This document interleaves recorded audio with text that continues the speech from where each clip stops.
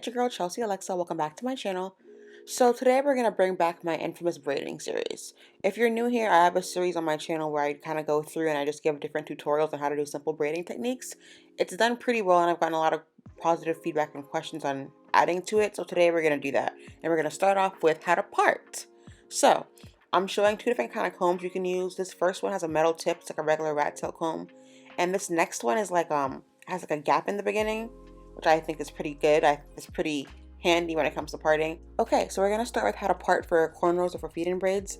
I'm gonna use the tip of the nose as a guide. I like to start with the middle part, or like a middle part. So I'm gonna lay my tail comb flat along the nose and kind of just push up into the hairline. It's not gonna be perfect at first, but it's fine. You can always go through again and kind of make sure it's correct.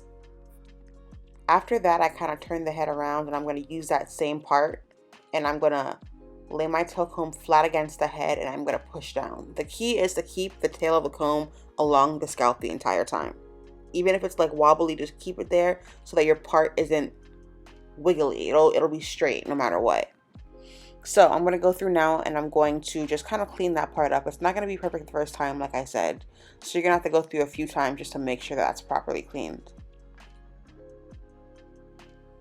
And this is gonna like the guideline for your whole thing, so make sure it's straight. Like, take your time with this one part because it's an important step. So for the first braid, or for the first part, you're gonna want to follow the curve of the ear.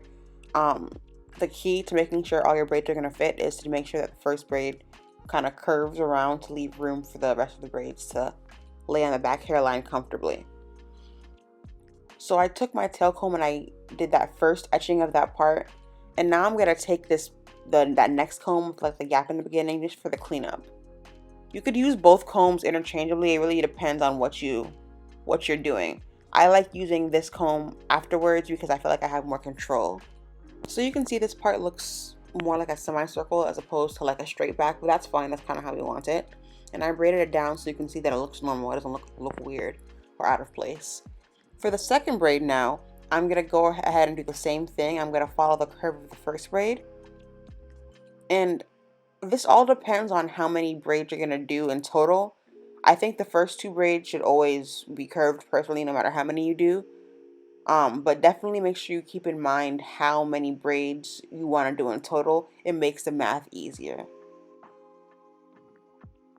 Perfect. So you see this second braid is curved around the exact same way as the first braid. So now that I got my first two parts out of the way, I know I want the rest of my braids to actually be straight in the front. So I'm using that middle part that I already created as a guide, and I'm creating a subsection within it so that I can use that as a guide as well, if that makes sense. So now I have two guides. You can see I'm just fixing the part here, but I have two straight lines now that I can use. The middle and this little subsection. And if you do the math right, like how I said before, this also comes into play. So right now I'm just splitting this section now in two, but I'm making sure that it's straight in the front now. I can't have it curved anymore in the front. I need it to actually look straight. But then I still want it to curve in the back. So I think I like using the comb with the gap in the front for curves.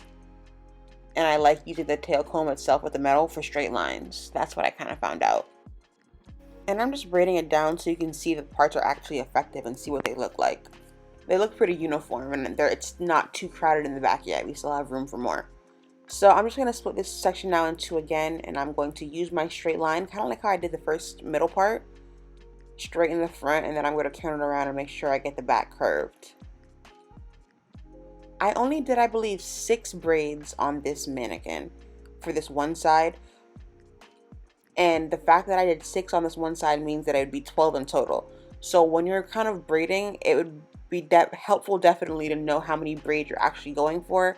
That way you can use these little sections and subsections as a guide for yourself so you don't get too many or too few. But this is what it ended up looking like after I braided everything down. You can see it's definitely uniform. That middle part came in handy because it told me exactly how much room I had to fit these 6 braids in, and they all fit properly. They're laying flat. So, mission accomplished. So now let's talk about how to part for individual braids. I'm going to show you box braids and triangle braids. Okay, so for the individual braids, we're starting with the middle part as well, but I like to start with 2 parts behind the ear. And an easy way to help parting is to find behind the ear, find wherever it is you want to part. put your finger there, and then when you're using your comb, try to meet your finger to the comb. That way you know you're in a straight line and you're going exactly where you need to go.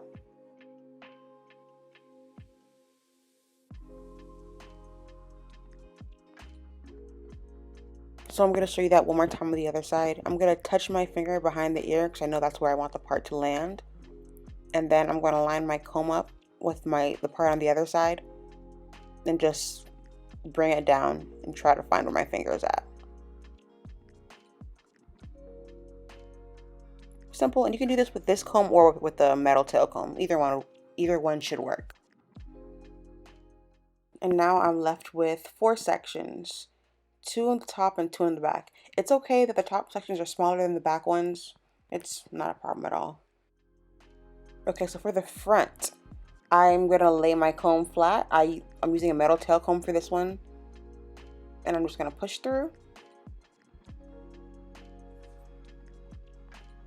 You can use Shine and Jam or whatever gel you like. You already know I'm a Shine and Jam gal myself, so use Shine and Jam to clean up your part. And then again, I'm using the metal part of my tail comb to kind of just create a straight line.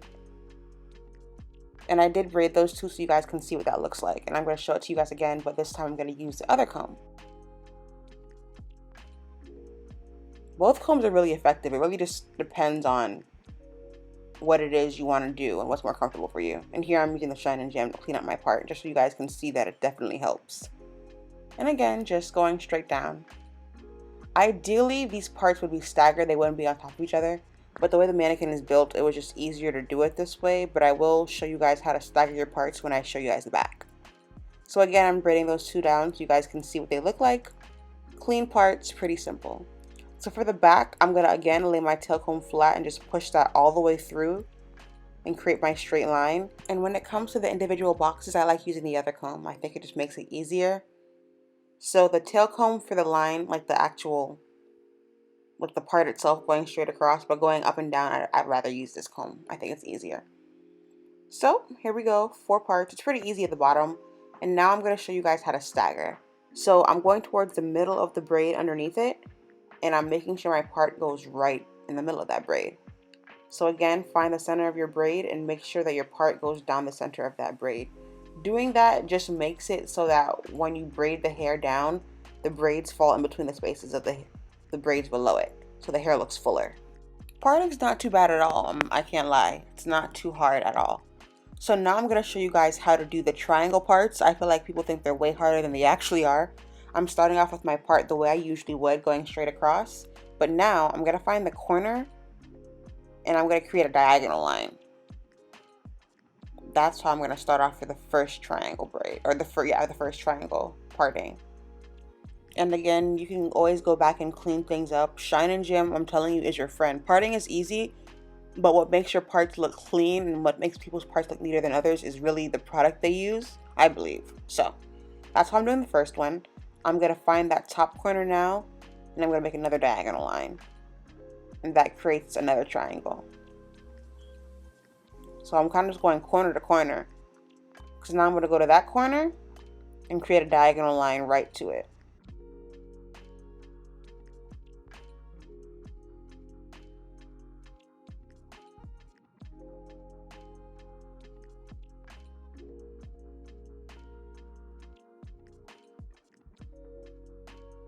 And so on and so forth, corner to corner.